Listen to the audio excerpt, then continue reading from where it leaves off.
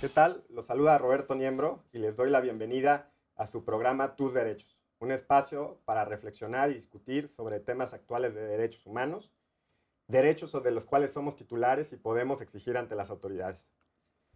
En este programa contaremos con la compañía de expertos y expertas y personas de la sociedad civil que nos ayudarán a analizar temas coyunturales con el fin de contribuir a la consolidación de una cultura de los derechos humanos.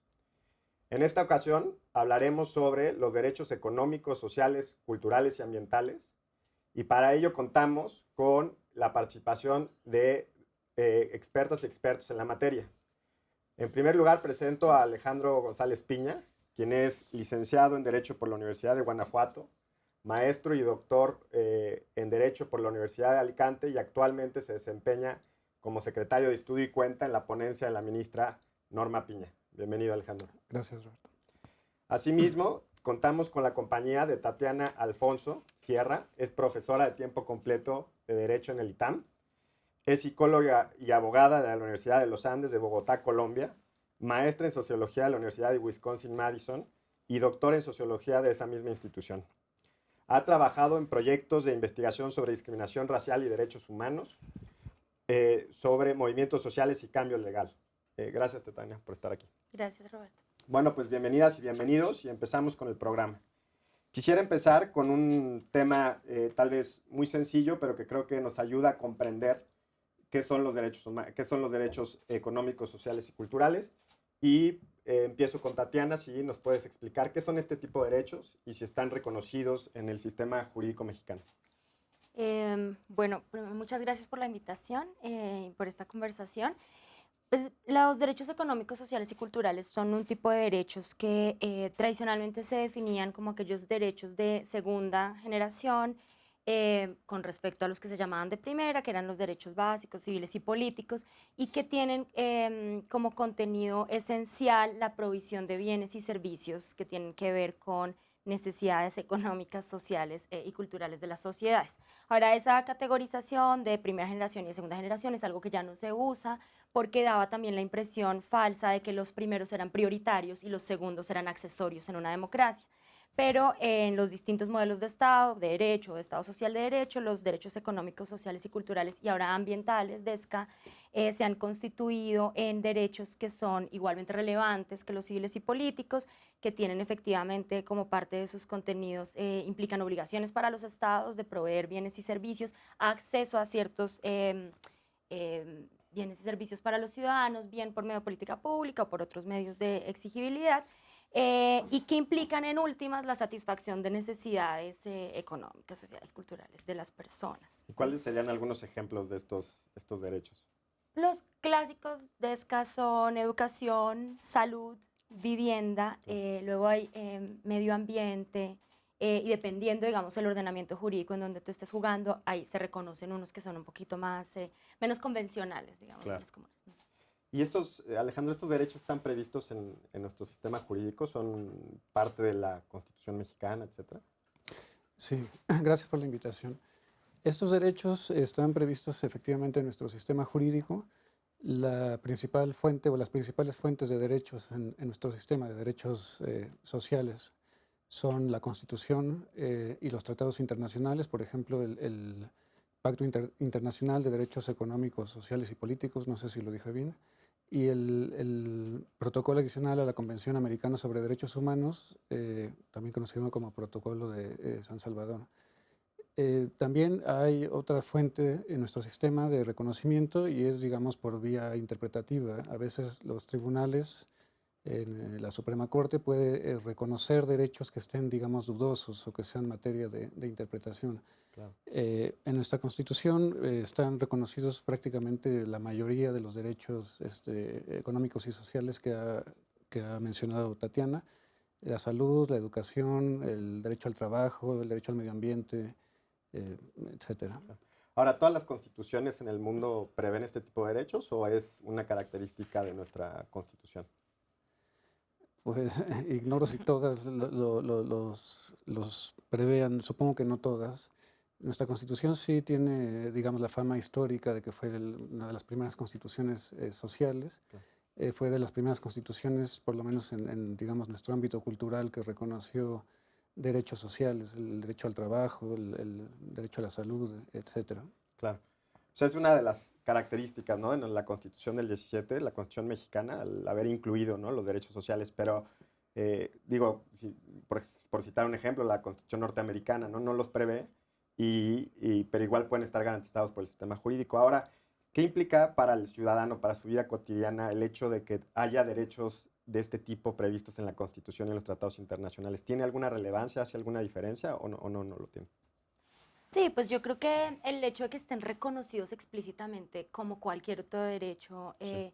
le da la posibilidad a los ciudadanos de exigir y pelear por ellos. Digamos que los derechos siempre son producto de luchas, o sea, son producto de luchas sociales, en esa medida son una conquista, y el reconocimiento constitucional de los DESCA es muy controversial, salvo en el caso mexicano, que efectivamente es la primera constitución en toda la región que los incluyó. Sí. De resto, el reconocimiento ha sido muy controversial porque implica, digamos, una serie de obligaciones de distinto tipo para el Estado, pero una vez están ahí y son logro de diferentes luchas sociales, políticas y legales, pues los ciudadanos tienen una herramienta para exigirlos. Claro. ¿Sí? Y es muy importante por esa razón que estén ahí y no solamente como buenas voluntades o como algo que el Estado hace por las personas, sino como algo a lo que las personas tienen derecho, ¿no? Que tiene una dimensión simbólica muy importante. Claro, aquí hay algo que comentas que creo que estaría bien que si puedes ahondar en esta diferencia entre una concepción programática de los derechos sociales y una concepción tal vez más jurídica, ¿no?, o más justiciable de estos derechos. ¿Cuál es esa diferencia que anunciabas, pero que podrías tal vez ayudarnos a comprender?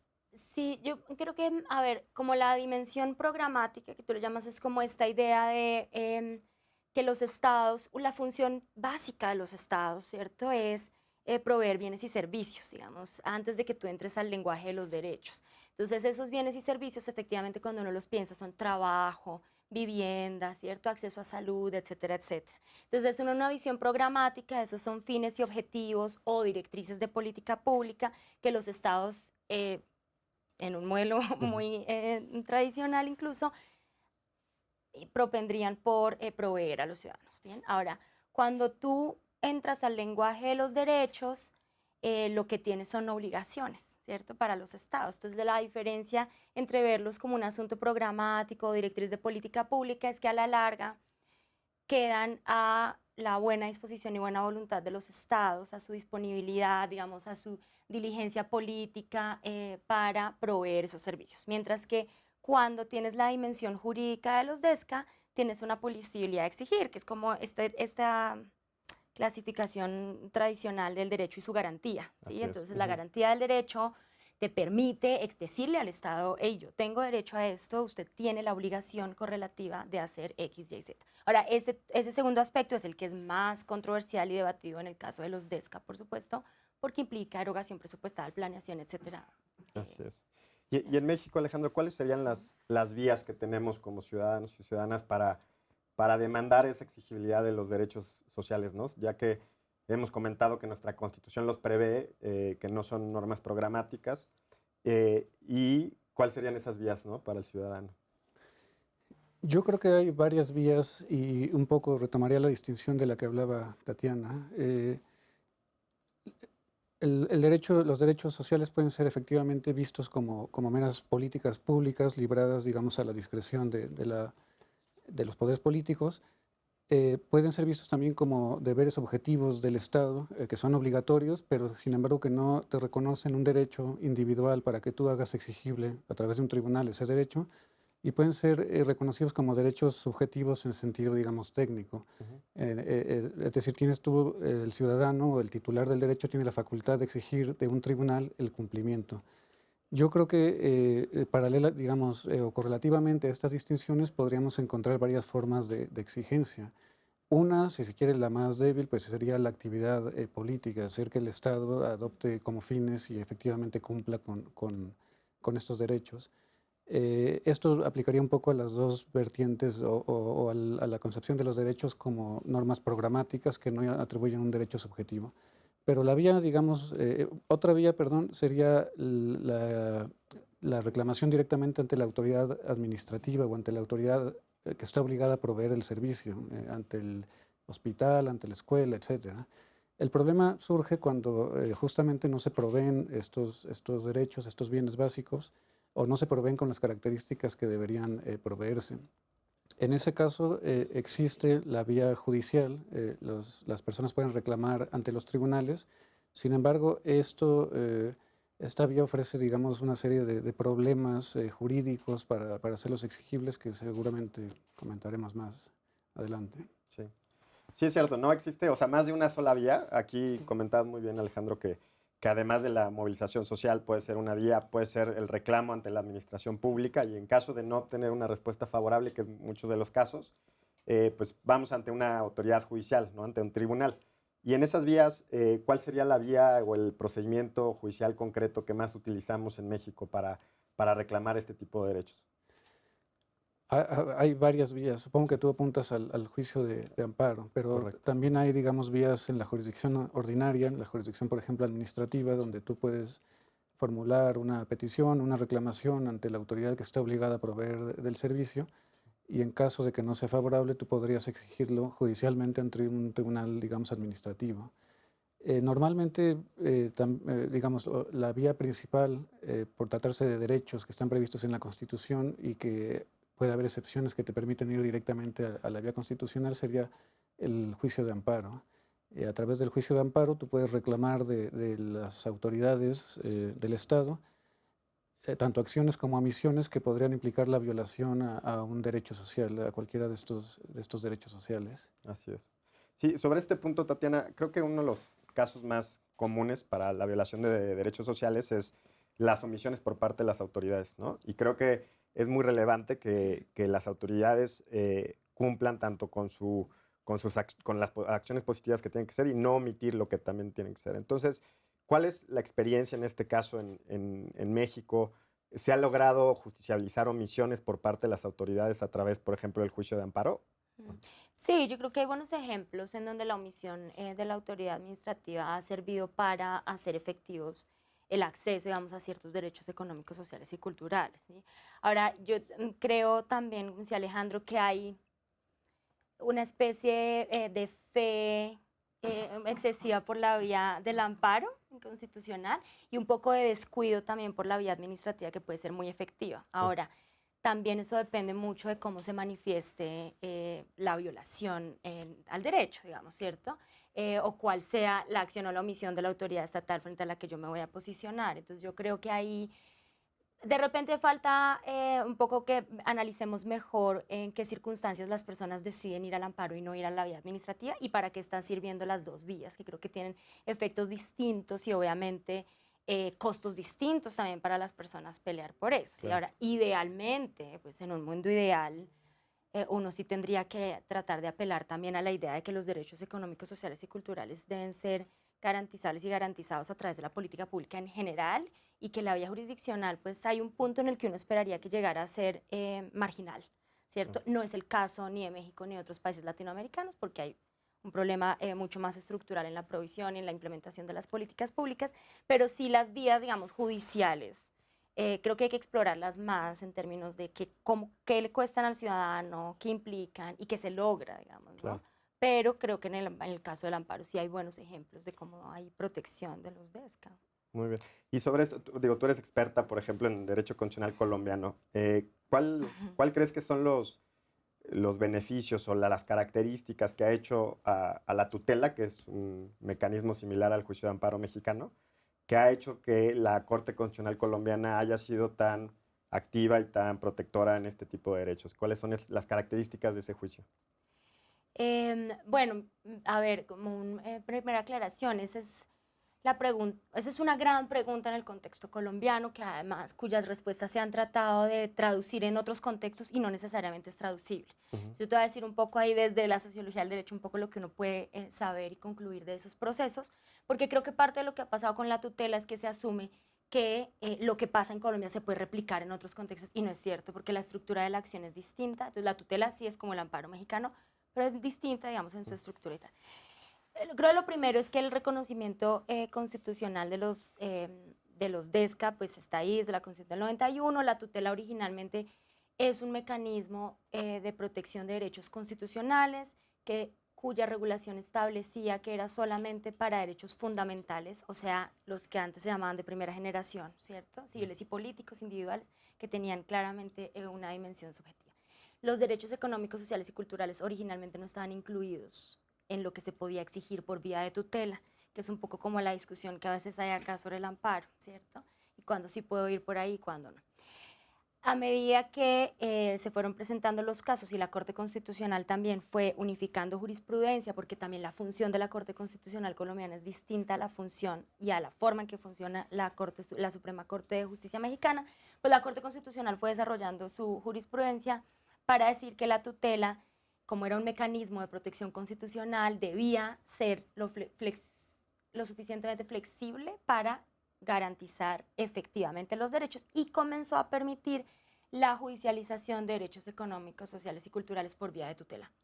En principio, al principio con el criterio de conexividad con un derecho fundamental, o sea, tú podías pedir judicializar el acceso al derecho a la salud porque se afectaba tu vida o tu vida digna o el mínimo vital, etcétera, etcétera. Entonces así fue ampliando un poco su protección hasta que creo hoy en día las discusiones sobre si por vía de tutela se puede exigir un DESCA, pues son mínimas o casi inexistentes, ¿sí? Ahora, eso también lo podía hacer la Corte porque su forma de funcionamiento y su función dentro del ordenamiento jurídico es distinta al de la Suprema Corte colombiana. Sumado a eso, la tutela es una acción informal, celera, subsidiaria, ¿sí? Luego permite, digamos, ciertas formas de reacción frente a las fallas y las omisiones del Estado, que es mucho más clara que, en mi opinión, la forma en que está diseñado y en la que funciona el amparo, ¿cierto? Claro. Y yo diría un poco eso como causas y factores importantes. Y finalmente que pues México tiene una constitución desde 1917 con múltiples reformas, como sabemos, ¿cierto? Pero el punto del momento constitucional en Colombia fue muy importante para catalizar una serie de movilización social y legal alrededor de los derechos. Entonces eso hizo también que la tutela se convirtiera en un mecanismo muy utilizado, muy popular, con altas potencialidades para legitimar al Poder Judicial y deslegitimar a las autoridades y para evidenciar las fallas del Estado. Entonces los efectos, digamos, y que luego hay unos que se pueden mantener, que se mantienen en el tiempo, pues son muy particulares de ese momento de cambio constitucional. Nos quedamos con esta idea sobre el derecho constitucional colombiano, sobre la tutela. Iremos a un corte y volvemos para comentar una sentencia de la Corte Suprema Mexicana sobre la justicialidad del derecho a la educación, un caso paradigmático de la justicialidad de derechos sociales.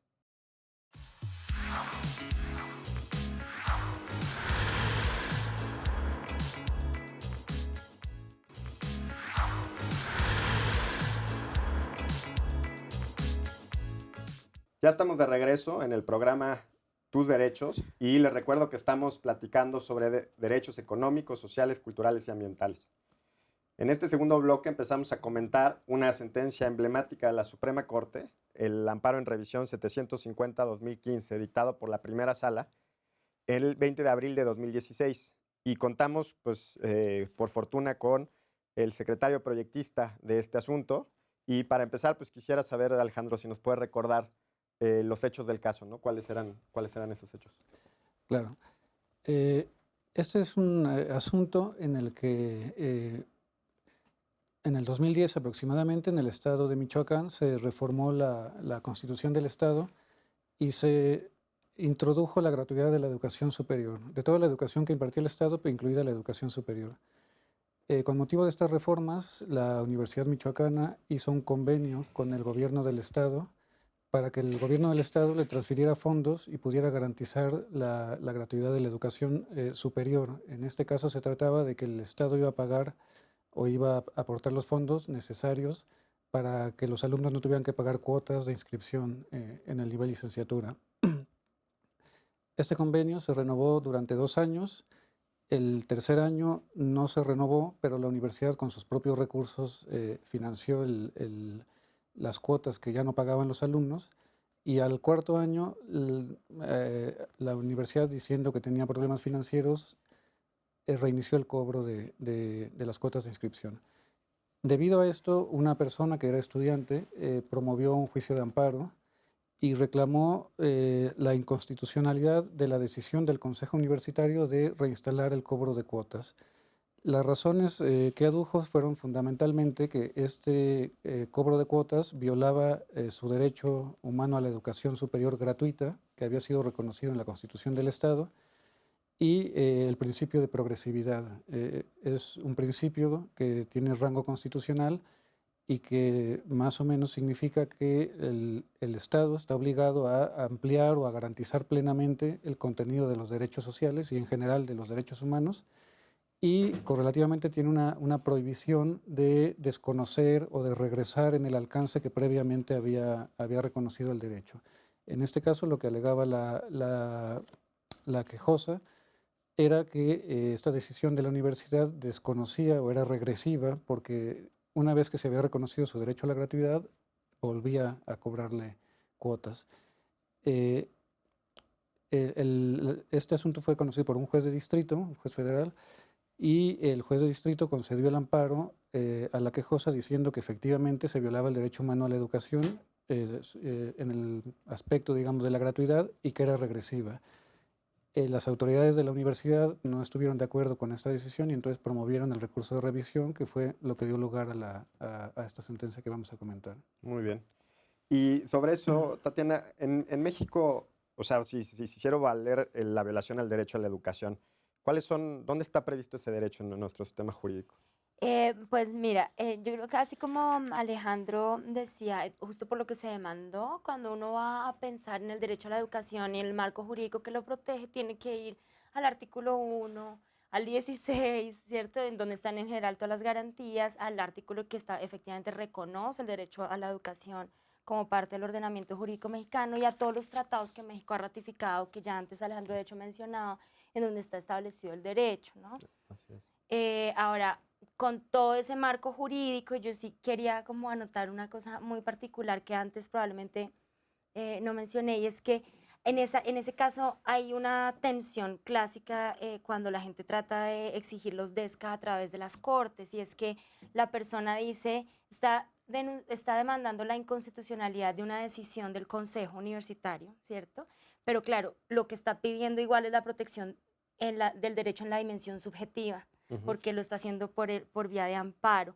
Y entonces ahí hay en lo que yo creo que es una contradicción en la exigibilidad de los DESCA por vía judicial en México, y es que va contra un acto general que produce efectos generales, pero ella necesita una protección particular, ¿cierto? Entonces, y eso pasa siempre con los DESCA, que tú tienes algo general, pero eso en la vida de las personas se materializa de manera particular. Y no hay como una cosa muy clara para protegerlo.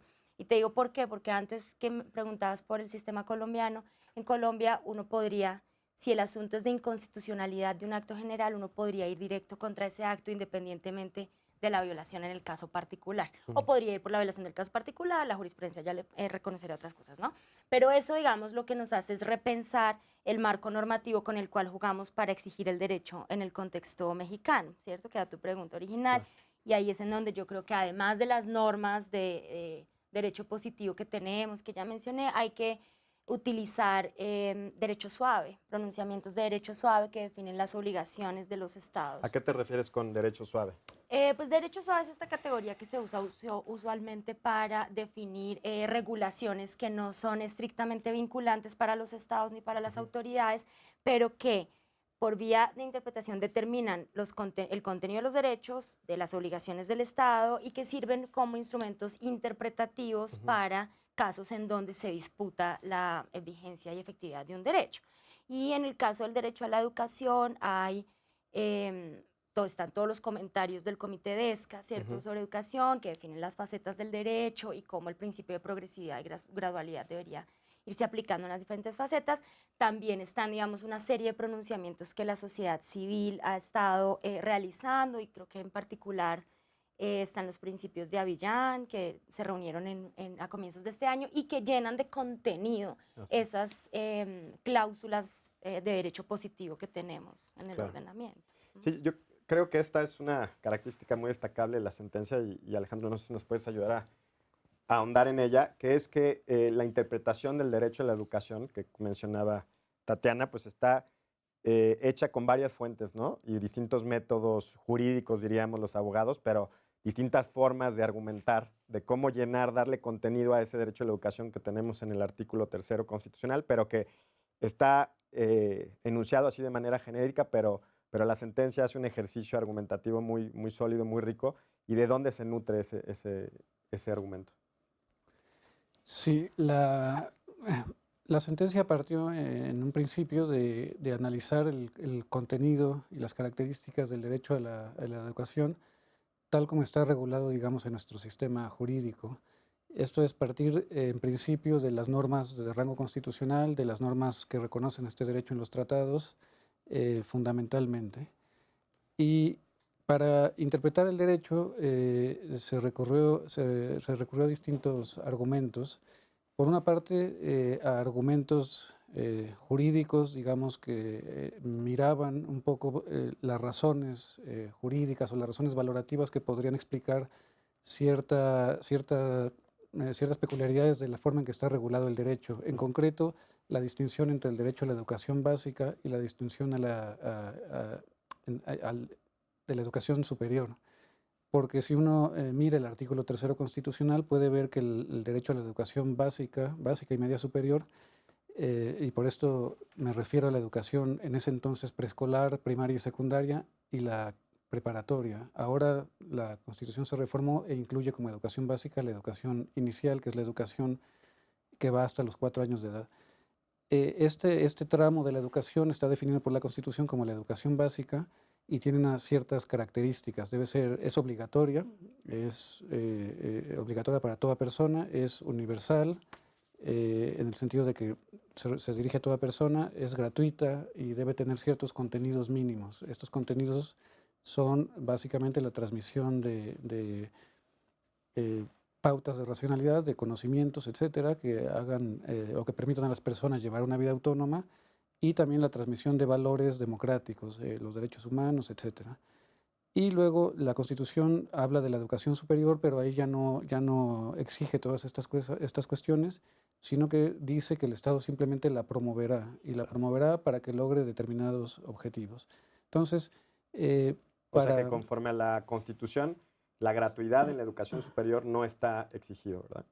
No, conforme al artículo 3º constitucional, lo que reconoce como gratuita, la exigencia que sea gratuita, se limita a la educación básica y media superior que imparte el Estado. Así es. Porque los particulares también pueden impartir educación y en ese caso tienen que cumplir con ciertos contenidos mínimos, pero no tiene que ser gratuita. Solo es la educación básica y media superior que imparta el Estado. Por lo que hace a la educación superior, por lo menos el artículo 3º no establece expresamente que sea gratuita. En los tratados internacionales de los que México es parte, también está reconocido el derecho a la educación, y también hace esta distinción. Habla de educación básica que debe ser gratuita, que debe ser universal, etcétera. Y en los tratados, por lo menos en el Pacto Internacional de Derechos Económicos, Sociales y Culturales y el Protocolo de San Salvador, hablan de la educación básica limitada, de la educación gratuita limitada a la educación básica. Y luego establece un deber, digamos, de que el Estado procure que la educación secundaria, media superior y superior sean gratuitas. Hay un deber concreto en los tratados internacionales de que el Estado procure la gratuidad también de la educación superior. Ahora, ¿por qué entonces en este caso, qué fue lo que detonó que la Corte considerara que sí debía ser gratuita la educación superior en el caso de Michoacán? Sí, lo que permitió llegar a esa conclusión fue, por una parte, estas obligaciones que comentamos de que el Estado debe procurar que la obligación superior también sea gratuita, y el hecho de que el Estado de Michoacán sí incluyó la gratuidad en su Constitución, la gratuidad de la educación superior. Entonces, al haber ampliado, digamos, el contenido del derecho o la protección que tenía el derecho a la educación superior, porque incluyó que el Estado debía dar educación superior gratuita, queda el Estado, en este caso el Estado de Michoacán, sujeto al principio de progresividad, el principio de progresividad que está reconocido en el artículo 1º de nuestra Constitución y en los tratados que cité. Claro. Y este principio lo que implica, como ya lo habíamos mencionado, es bueno, por una parte que el Estado tiene ese deber de lograr el cumplimiento total del derecho. uno lo entiende, digamos, si lo ve en perspectiva de dónde nació este principio. Este principio se introdujo en los tratados internacionales, en concreto en el tratado en el tratado de... ¿En el pacto? En el pacto, perdón. Ujú. Y en el otro, en el del sistema internacional, se introdujeron porque había cierta reticencia de los estados, sobre todo los estados que tenían menores, digamos, capacidades financieras, de que se incluyera todo en un pacto, los derechos de primera generación, que ya no se llaman así, y los derechos sociales, porque veían ciertas dificultades, digamos, para cumplirlos, por la situación financiera y esto.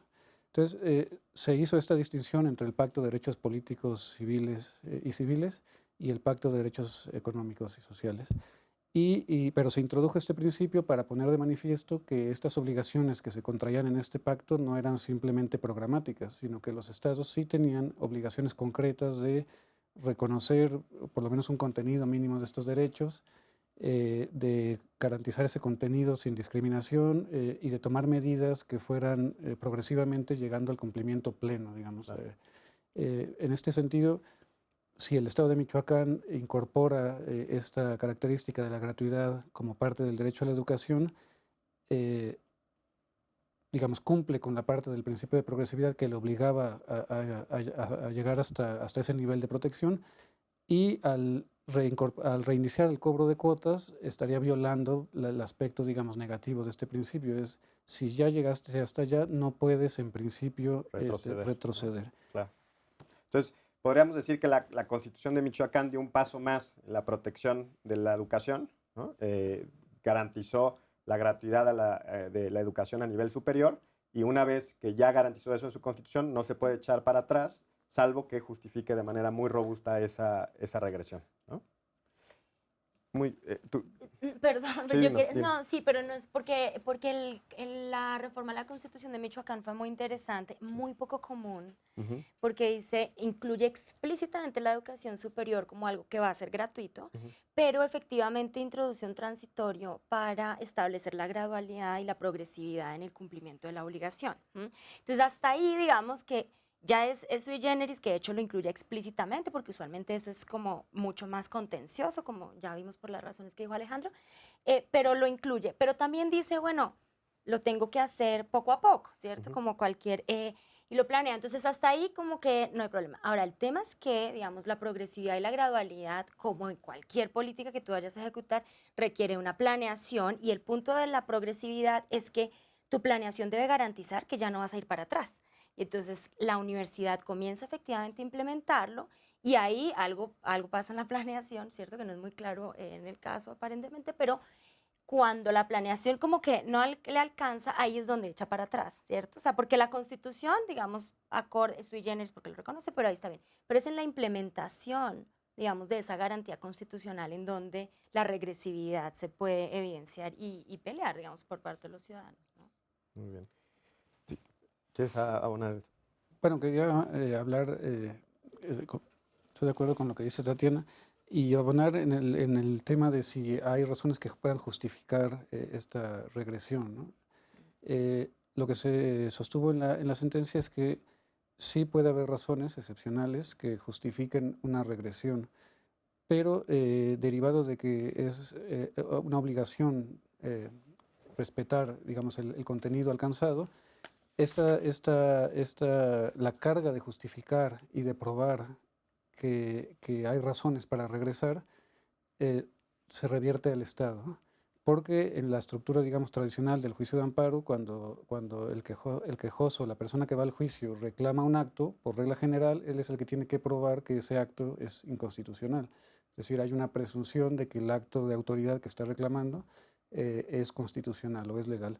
En este caso, derivado de este principio de progresividad, cuando la autoridad aduce que carece de recursos para seguir financiando la gratuidad de la educación, en Michoacán en concreto, derivado de este principio de progresividad, se generan, digamos, una excepción a esta regla general de cargas de la prueba y de cargas de la justificación.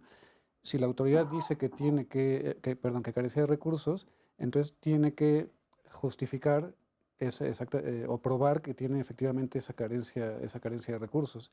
Y esto podría ser por distintas situaciones, por ejemplo, una carencia absoluta, una crisis económica, una cuestión de estas, o una carencia relativa, que hay a lo mejor una necesidad contingente o no de proteger otro derecho con mayor, que es más apremiante o que es más importante, ¿no?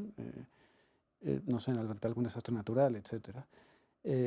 También podría haber situaciones que justifiquen esta regresión cuando, digamos, la autoridad puede justificar que había una valoración errónea en la medida que tomó. Es decir, que el alcance que le dio a lo mejor no estaba justificado a la luz de otro derecho que entra en conflicto, o de otro derecho humano. El tema, digamos, relevante es que en virtud de este principio de progresividad, la carga de justificar esto cae en la autoridad, de manera que se genera una especie de presunción de inconstitucionalidad. Si tú reconociste el derecho hasta cierto punto y lo desconoces, se presume que esa regresión es inconstitucional.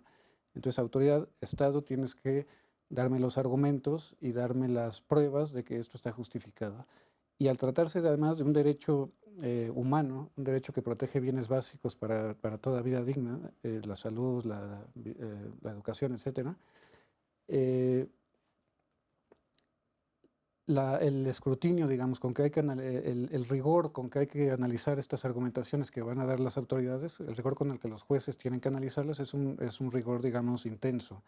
No basta que diga que tiene límites financieros o que va a proteger otro derecho, sino que hay que hacer un análisis, digamos, lo que en la teoría se llama un escrutinio intenso de constitucionalidad. Exactamente qué derecho vas a proteger con esta medida, es la medida más adecuada, no hay alternativas que sean menos lesivas para los derechos, etc.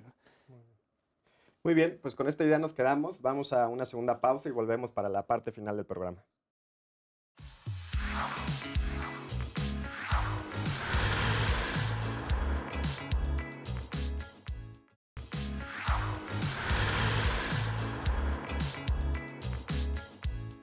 Estamos de vuelta en su programa Tus Derechos. Estamos platicando sobre la justiciabilidad de los derechos económicos, sociales, culturales y ambientales, particularmente a raíz de una sentencia de la Suprema Corte Mexicana, el amparo en revisión 750-2015.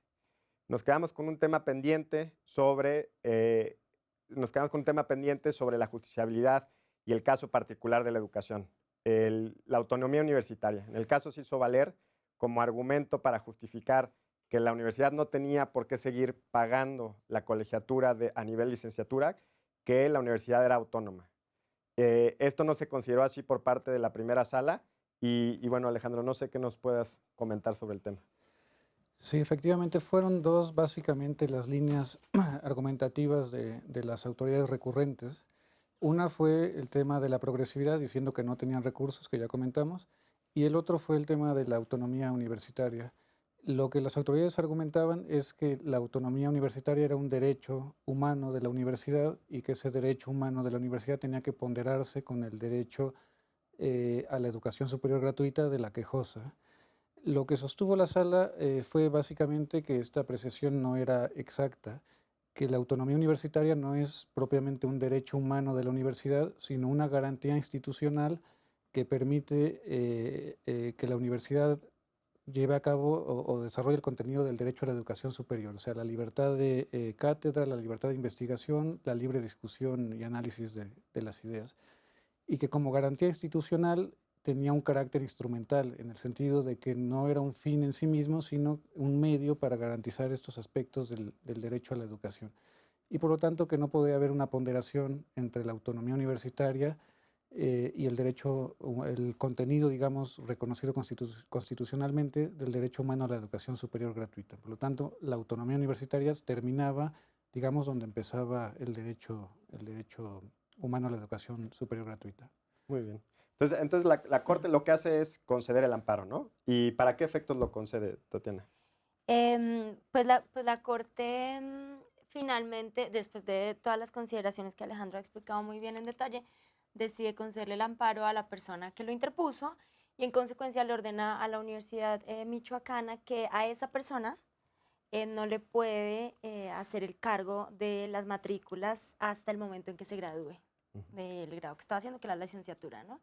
Y entonces dicta una orden, básicamente para proteger efectivamente el derecho humano a la educación, la idea de progresividad en la que la universidad pues a esa persona no le va a cobrar. ¿Sí? Yo creo, esto es por supuesto Sí. sujeto a discusión, que ese es uno de los elementos más interesantes pero más complicados también de la sentencia, ¿sí? Porque creo que, como dijimos antes, ahí hay un acto general que tiene efectos más allá, o sea, para todas las partes involucradas y no solamente para la persona que interpone el amparo, y la orden un poco se queda corta en términos de la protección integral del derecho. Pero para recordar, el acto general es el acuerdo en el que se suspende, ¿no? Ya no pagarle a nadie, a ningún No alumno y cubrirle a alumna, nadie. Ajá, la, sí. la colegiatura, ¿no? Claro, que le aplica a todos los estudiantes y todas las estudiantes de la Universidad Michoacana, Correcto. ¿cierto? Ujú. Y el amparo es solo para la persona Para que la viene. persona que lo interpone. Y la orden es solamente para la persona, ¿sí? Claro, Entonces, de nuevo, porque me parece lo más interesante, pero también lo más problemático en términos de la protección y la vigencia del derecho, porque eso implica que hay una persona que va a tener acceso a la educación superior gratuita con todas las garantías que ello implica y pues lo que es muy relevante de darle valor efectivo al principio de progresividad, mientras que todas las demás van a estar, digamos, dentro de la nueva política universitaria. Entonces, eso es, digamos, problemático en términos de vigencia y efectividad de derechos. ¿Sí? Creo que manda como un mensaje contradictorio para los ciudadanos de, bueno, entonces todos tenemos que ir al amparo para que esto pase, con las restricciones que ya hemos conversado o las dificultades. Y, digamos, retoma o nos hace pensar como en un debate clásico de exigibilidad de DESCA por vía de las cortes y después en el tipo de órdenes que se ordenan, porque usualmente dado el contenido de los derechos, las órdenes clásicas que uno conoce y que un juez tradicionalmente emite, pues no suelen ser suficientes, ¿no? Entonces creo que ahí también, digamos, hay un debate y una conversación pendiente en el contexto nacional sobre un poco la creatividad en interpretación jurídica para dar órdenes complejas que abarquen situaciones estructurales claro. O sea, tú frente a un pensarías DESCA. en una resolución que abarcara a muchas más personas. Ahora, Mm.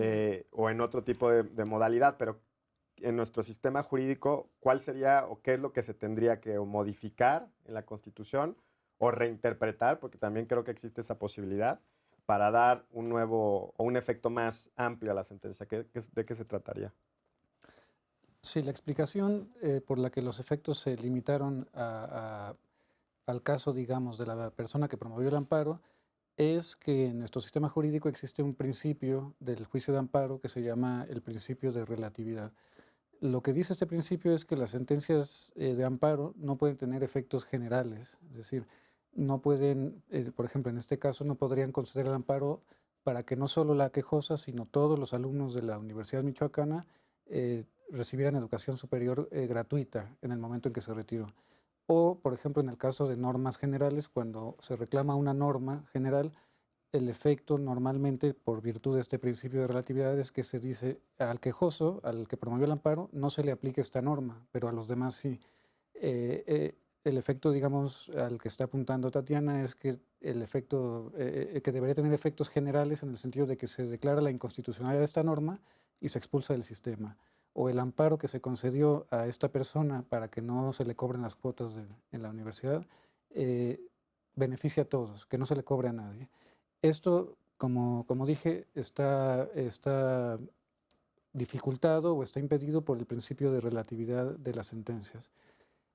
Creo que efectivamente hay posibilidades, digamos, de interpretar o de interpretar este principio para dar alguna o para hacerlo compatible con la exigibilidad de los derechos sociales, porque en muchos casos este principio impide que se entre al fondo, que se conceda el amparo incluso a la propia persona que lo reclama. Por ejemplo, hace tiempo hubo un asunto en que se alegaba el derecho a la salud con la ley de fumadores, bueno, de la publicidad de los productos del tabaco. Y ahí se dijo que la persona que promovió el amparo sí tenía interés porque podía afectar a su salud, etcétera, pero derivado de que no podía ordenar al Congreso que legislara o que emitiera restricciones generales a la publicidad del tabaco, se sobreseyó el juicio. Lo que quiere decir es que no se le concedió el amparo, no se pudo estudiar lo que pretendía el quejoso. Entonces, creo que se pueden imaginar distintas vías interpretativas para para paliar un poco los efectos restrictivos de este principio. Por ejemplo, una posibilidad sería entrar y analizar el argumento del quejoso y decir, efectivamente, esta norma del Congreso es inconstitucional porque viola el derecho a la salud. Y dar como efecto, por ejemplo, notificar al Congreso y decirle, la norma que emitiste es inconstitucional, sin que tenga, digamos, ningún beneficio concreto para el quejoso, pero eso podría funcionar como un mecanismo institucional para que el Poder Legislativo, digamos, llamar la atención del Poder Legislativo y decir, cuidado, aquí hay un problema de constitucionalidad, trata de superarlo. Incluso con las reformas constitucionales, creo que es de 2011 o 2013, en que se modificó el juicio de amparo, se introdujo un mecanismo, digamos, parecido, que es la Declaratoria General de Inconstitucionalidad, en el cual cuando un tribunal declara la inconstitucionalidad de normas generales, con una votación suficiente para alcanzar jurisprudencia, se le notifica en la segunda sentencia al Congreso para que vea que hay un problema de constitucionalidad.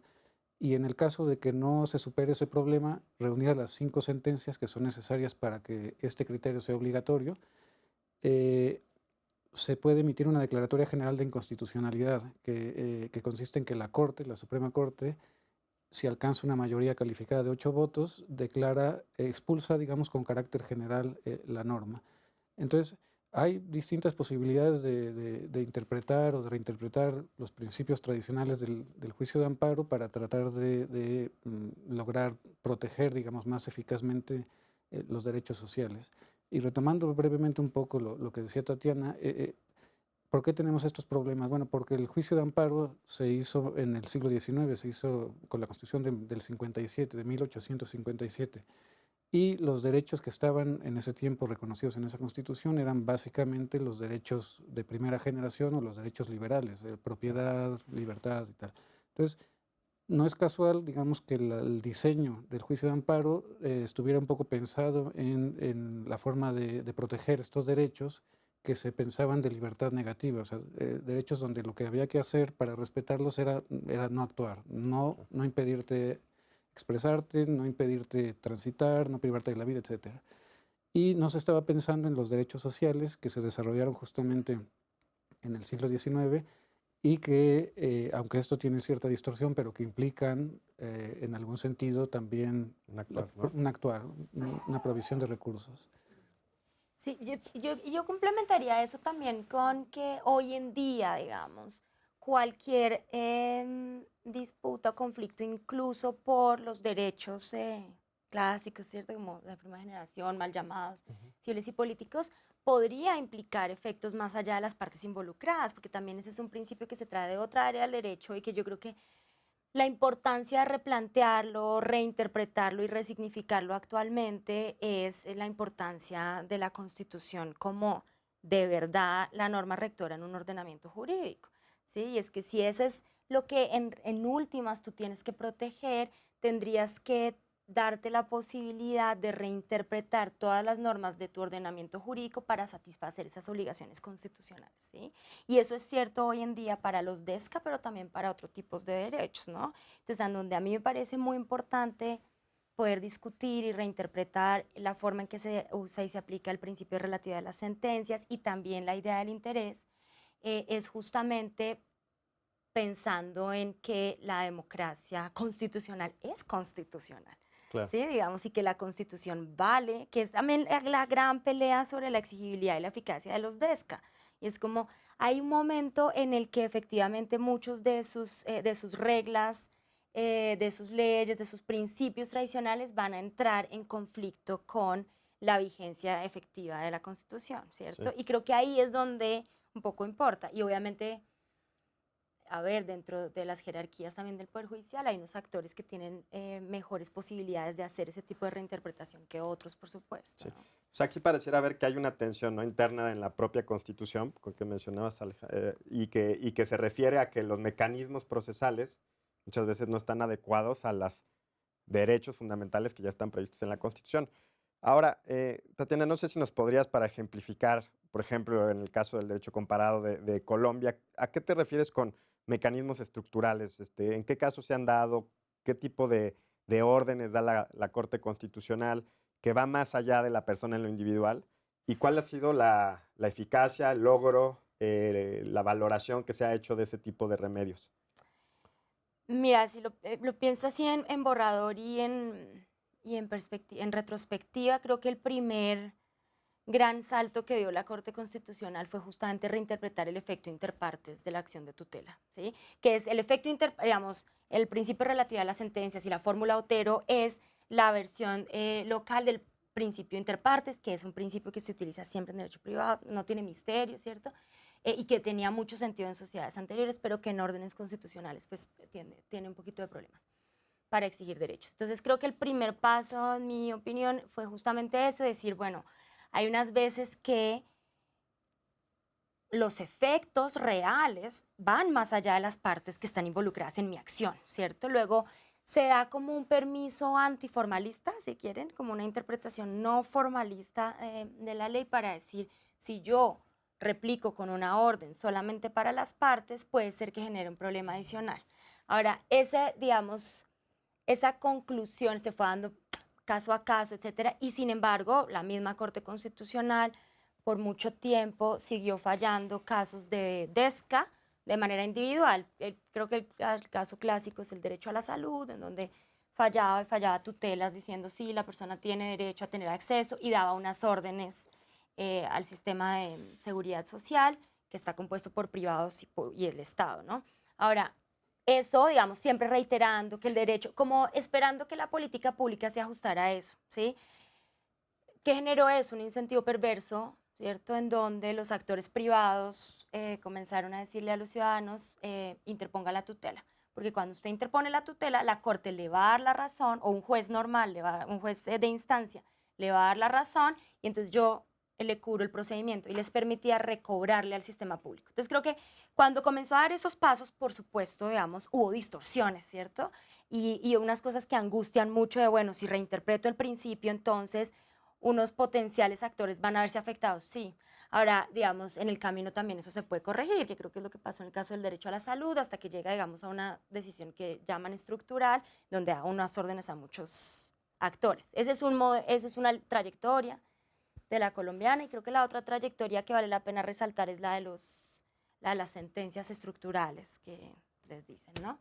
Y es esta idea en la que la Corte Constitucional, en varios casos, el primero fue el de las cárceles, identifica un estado de cosas inconstitucional, o sea, una situación en donde hay violación masiva de derechos humanos y derechos fundamentales, y entonces utiliza un mecanismo procesal para agrupar casos que tiene bajo su posibilidad de selección, y esto también es como un permiso procesal que se da, es como los agrupa y decide tomar decisiones estructurales, porque es una misma situación.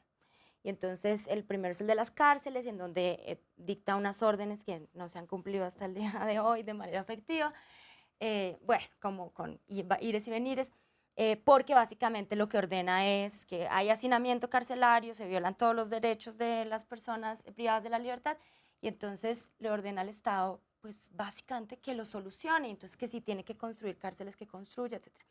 Lo cual genera, por supuesto, el debate entre de la separación de poderes y los jueces no pueden intervenir en esto, etcétera, pero el argumento es, sí puedo porque estoy garantizando el derecho constitucional, ¿cierto? Ya.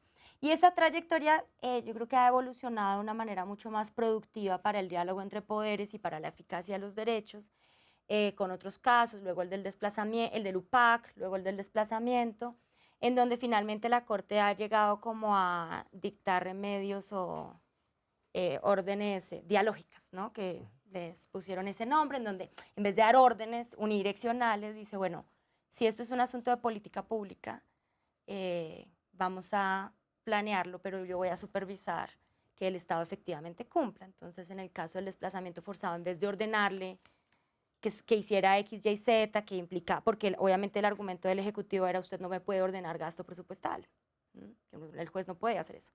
Entonces, la Corte dice, bueno, vamos a ver la política pública. La política pública tiene que tener estos y estos y estos contenidos, que son los que están garantizados en la Constitución.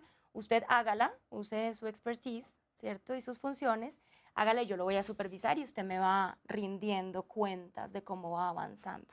Y creo que ese modelo sigue moviéndose un poco, digamos que la Corte Constitucional sigue un poco coqueteando con eso, tiene también problemas de implementación, pero creo que por vía interpretativa va salvando como distorsiones mayores en materia de efectividad de derechos y en efectos legales también, ¿cierto? Como que guarda ciertos principios y trata de solucionar un problema de violación de derechos. Yo resaltaría esas dos trayectorias y son pues más complejas, muy discutidas, pero son dos posibilidades interesantes. Llegamos al final del programa. Agradezco a los invitados e invitadas. Gracias, Tatiana. Muchas gracias, Roberto, por la invitación. Gracias, Alejandro. Gracias a ti. Y los agradecemos a ustedes por sintonizarnos y invitarlos al próximo programa que será sobre las sentencias de la Corte Interamericana de Derechos Humanos. Que tengan un excelente día.